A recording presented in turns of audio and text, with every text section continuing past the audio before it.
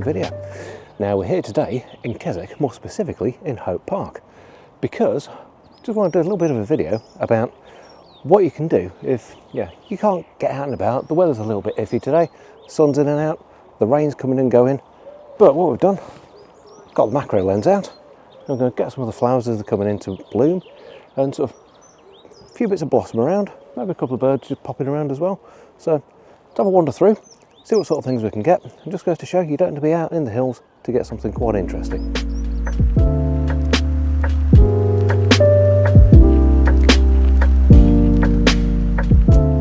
Now, when you've got some mixed conditions like this, it's ideal because you've got some quite bright light, because the sun's just coming out again now. It's a little bit breezy, so you've got to be a little bit careful with the taller flowers, but you get some great droplets on the leaves.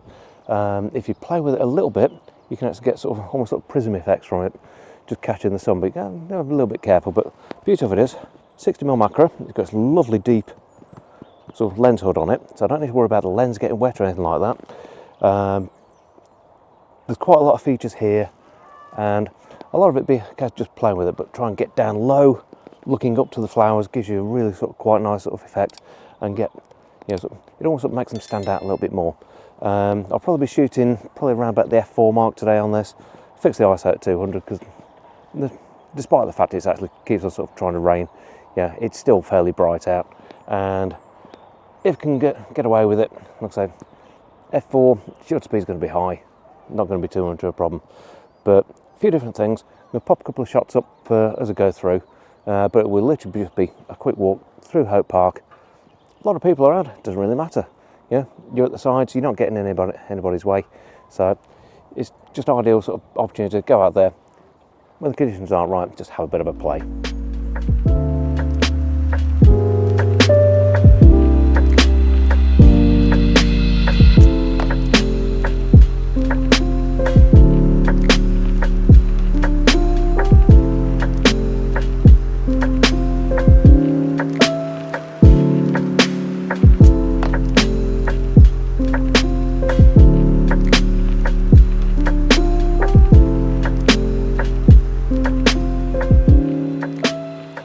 One thing you do have to be mindful of as well, especially if you've got a little bit of breeze sort of blowing flowers around.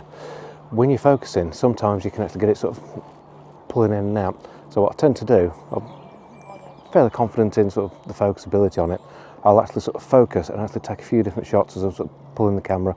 I've got it on continuous focus at the moment, so it makes it a little bit easier to actually sort of keep the focus in line as things are moving. Doesn't always work, but if you play a little bit sort of moving in and out, you're almost guaranteed to get at least one of the shots nice and crisp in focus, especially doing something really tight, doing the water droplets or something like that. But definitely, just this little section here, there's some lovely little sort of flowers, and sort of, because we've had some nice light rain, a few little droplets on it, and you can really start playing with it as well. Now, a bit of a weird one for you as well. If you're doing sort of shots of very colourful flowers, sometimes dropping it to black and white can really help. There's something about the black and white image that sort of really makes them stand out, especially if you've got something that's almost sort of flattened. So say you've got lots of bright white petals like we've got over here. That can really sort of make them stand out in black and white. So lots of high contrast, and it really makes a nice effect. I'll stick one up now, and sort of, so you can see what I mean. But yeah, lots of high contrast, and it just makes them stand out. I really do like the effect.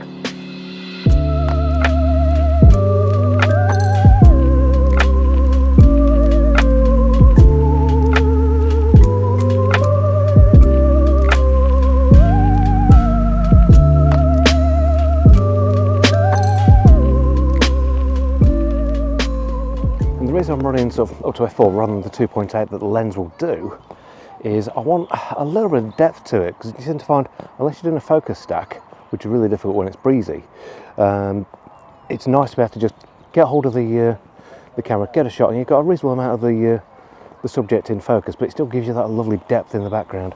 And I'll try and sort of do a shot where I've got some depth as well, so I've got a good distance between sort of the subject and the background. So I've got a bit of a flower, I want sort of, maybe sort of grasses or something like that. A good 6 to 8 inches back, and that lets me sort of drop that lovely sort of creamy background into place. It's not difficult to do when you've got stuff like this, because everything's laid out quite nicely.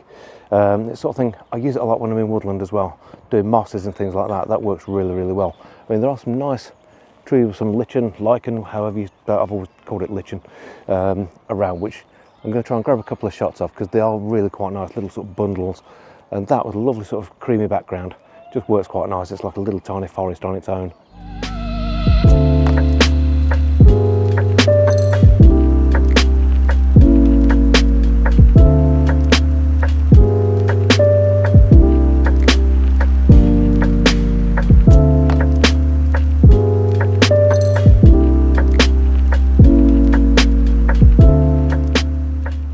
Another thing I tend to do when I'm composing is try and sort of get a bit of an angle to it rather than just being sort of sat up, or put it over to a third or something like that. Just basically make the scene a little bit more appealing. And what you'll probably find as well, I'm actually doing quite a lot portrait, because I'm actually sort of holding the camera down quite low. That would normally end up as a 5:4 or a square crop. I just think it helps out, sort of just bring the scene into a bit more sort of clarity. If you sort of can just do a little bit of a crop to bring it into a square or a 5:4, rather than sort of the full sort of tall effect. Sometimes you've got a nice long stem, you can get away with it with a tall crop, but it varies. But feel free to play with it, that's the idea, right?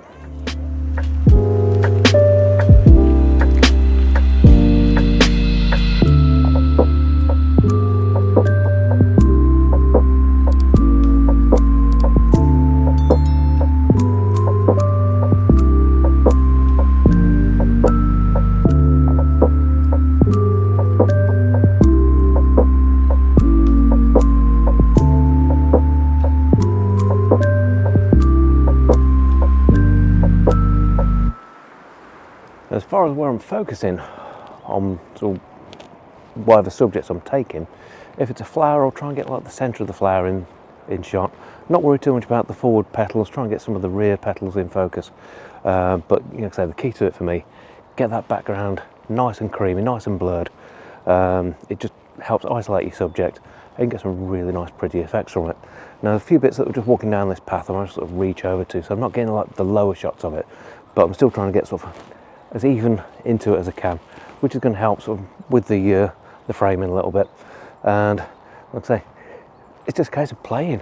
You can just go out there and enjoy it. You're not restricted by, oh yeah, we've got a mountain to climb to get there or anything like that. This is literally just a public park that every year they do some fantastic work with the flowers, and it just makes it nice to go out and have a bit of a practice. I mean, as silly as it sounds, if you've got a bouquet of flowers at home, that's ideal to actually have a play with. Get yourself a little bit of a light, set up with a macro, or even sort of a regular lens that you can get a reasonable bit of sort of closeness to, that can sort of run wide open. You can have some great fun with it. It's certainly something that I advise anybody to do that's thinking of sort of getting into this side of the photography, because it is completely different to landscape or woodland or anything like that. Totally different to wildlife. It's all about getting close, getting intimate, and getting some really nice shots out of it. And the section where we are now, there's stacks of wild garlic coming up. Now we've not got the flowers out yet because it's a little bit too early, but we have got a couple of wet leaves. You can actually use them in a bit of depth, so you can actually get, say, one of the leaves in the frame, and use that as a bit of a subject, and let's sort of use the background, just like darken it down and sort of play with it. Works well with the heavy vignette on post as well. I'll stick a shot up now I've just taken. I think it works reasonably well, but you can always use it for a bit of an abstract feel to it. So it actually works quite nicely. But yeah, I'm going to sort of carry on the circuit to the park now. Probably a few more little flowers that I'm going to get some shots of. But yeah, it's been quite nice. I'm glad the section that we're in now is not too busy. The main part of it's sort of further up there, which does get quite a bit of footfall. But even so, you're out of people's way. You're not really causing obstruction. It's just a bit of fun, really. But yeah, I'm going to get a few more shots around here and start heading back down that way. A couple of sort of flower beds that I might try and get some interesting shots out of.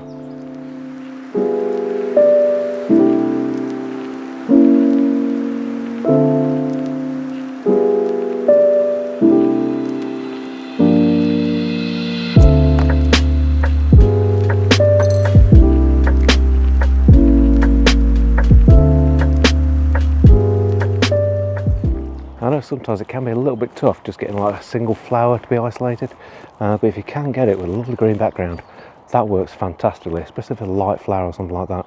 There's a few little bits and bobs around here. I'm going to try and get maybe sort of one or two together, but yeah, hopefully I'll be able to get something like that, because it really does work nicely.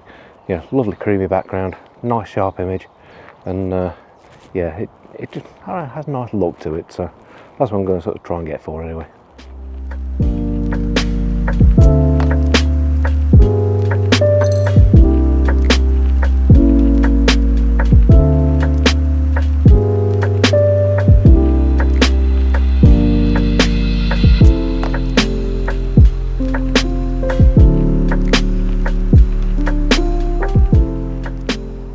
So tips and tricks for this one for you. If you can, get yourself a macro lens. Now this is the 60mm macro. You don't need to get the 60mm macro. A cheaper option would be the 30mm macro, which is a fantastic little lens, and that tends to live most of the time on my EM1 Mark 1, which is a great macro setup.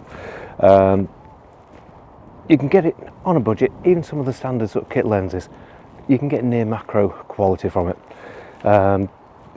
Play with your settings a little bit.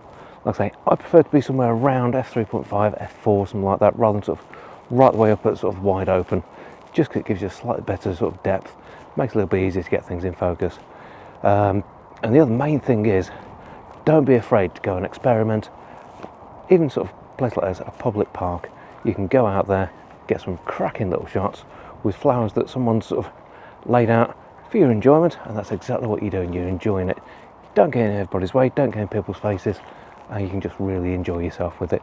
I'm going to grab a few more shots as we go around, pop a few more shots up for you at the end now, but if you've enjoyed the video, please do give us a big thumbs up, and if you've really liked it, hit the subscribe button.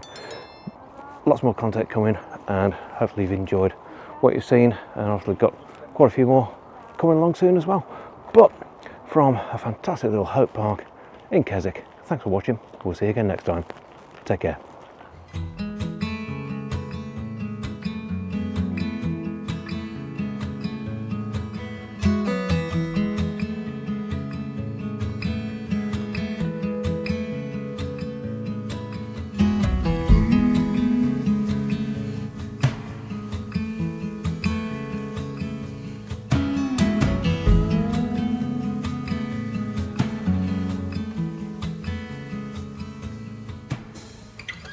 Four feet on the stripes in the Alabama highway, out there in the open, just a wishing and a hoping.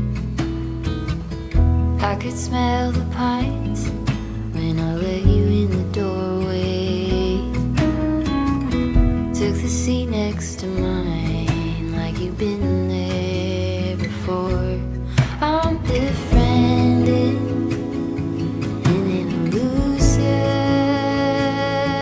I could never stand to lose you. I get by when you're at my side. I'm befriended in an illusion.